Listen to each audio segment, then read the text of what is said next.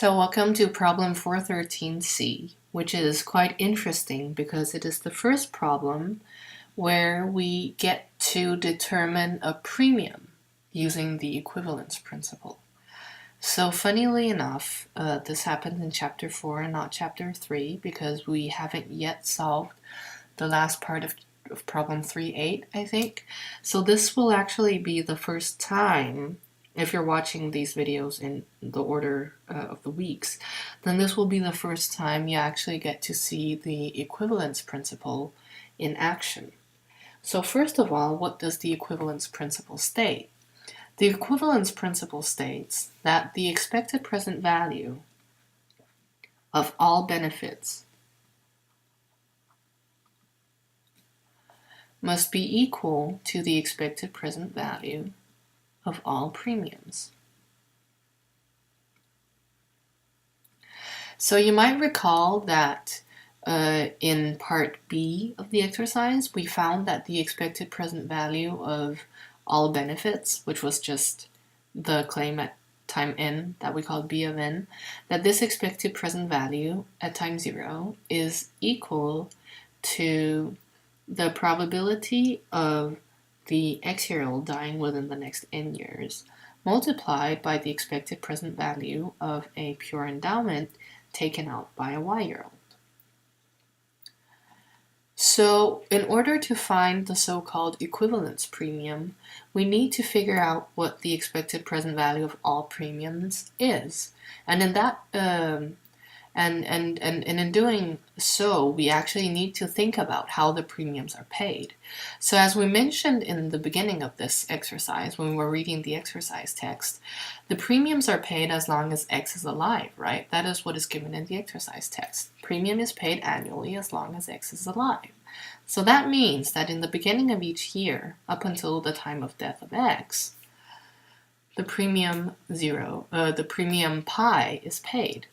So the thing is, we don't know what this pi should be, but we need to figure out what this pi should be, right? So the premium pi is paid up until the beginning of the year where X dies. So what is pi? Well, first of all, what is the expected present value of this kind of payment? Well, what we see here is a so-called life annuity due. So it's an annuity because the payments fall with regular intervals and have the same size. It's a life annuity because it stops upon the death of X. And it's called a life annuity due because the payments are paid in advance, so in the beginning of each time period and not in the end of each time period. Now, the expected present value of a life annuity due is actually given in the book. It has the notation A ... X n if the life annuity due is temporary. So if it ends at a given time n, regardless of whether or not X is dead.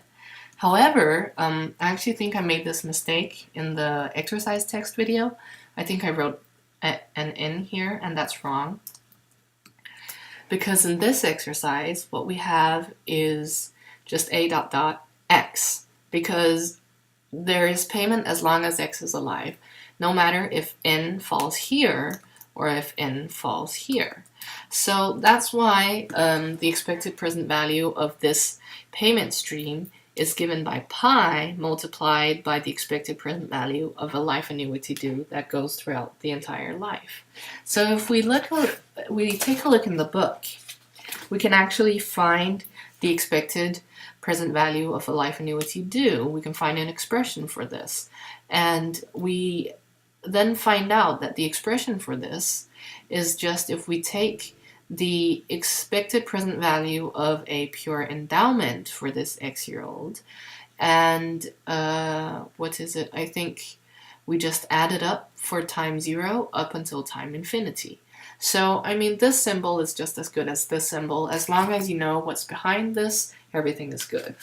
So what we see now is that the expected present value of all benefits is given by this thing, and the expected present value of all premiums is given by this thing. So what we can write here is, by the equivalence principle,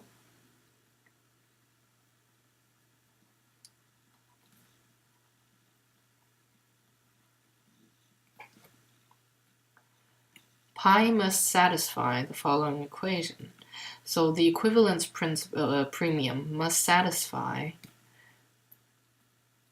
that the expected present value of all benefits is equal to the expected present value of all premiums. And it's not just future premiums strictly, it's also of all premiums, even premiums or benefits at time zero. Luckily, it isn't that relevant here, but we have to just remember that because it also includes time zero, and it's not just future payments. So by the equivalence principle, pi must satisfy this. Hence, by isolating pi, we see that pi is equal to the expected present value of all benefits. Sorry, this is a y, right? I keep writing x here. Divided by the expected present value of a life annuity due. So this is the final answer. And this kind of classifies a whole group of exercises with life insurance. You have the expected present value of all the benefits, and you have the expected present value of all the premiums, then you isolate pi. And often the premium is paid as a life annuity due, or at least a temporary life annuity due. So it actually often has this kind of form where in the expression in the numerator, you have the EPV of all the benefits, and in the denominator, you either have this or you have something like this if the payment only goes until time n.